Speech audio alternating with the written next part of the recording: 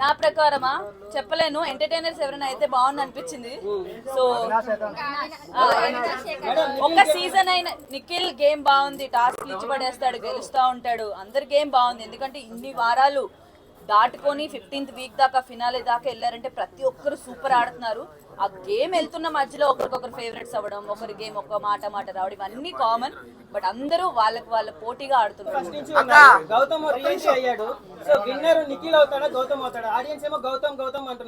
Audience ఎవరైతే నేను చెప్తే ఏముంది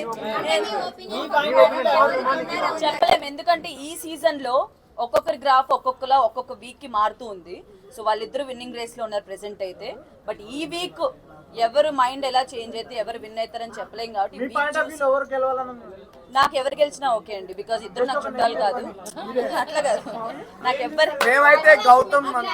నేను గేమ్ ఇంట్లో ఉండి ఆడినప్పుడు మాత్రమే చూస్తా. మీరందరూ బయట ఉండి వాళ్ళు ఎక్కడెక్కడో ఏ కెమెరా దగ్గర ఎవరు ఉన్నారో మీరు చూస్తారు.